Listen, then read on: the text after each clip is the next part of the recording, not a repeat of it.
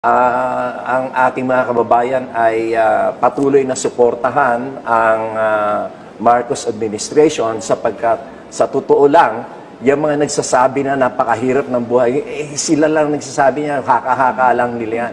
Pero ang katotohanan, magpunta ka sa mga mall, punong-puno. Ibig sabihin, mataas ang purchasing power ng mga tao. Pumunta ka kahit sa mga probinsya, yung mga branches ng mga fast food, Jollibee, McDonald's, punong-puno. No? Ibig sabihin, mataas ang purchasing power ng mga Pilipino. Lumabas ka ng kalsada, napakaraming mga bagong kotse, nakapaka-traffic. Anong ibig sabihin yan? Maraming nakakabili ng kotse, maraming nakakabili ng sasakyan, which means maganda ang ekonomiya.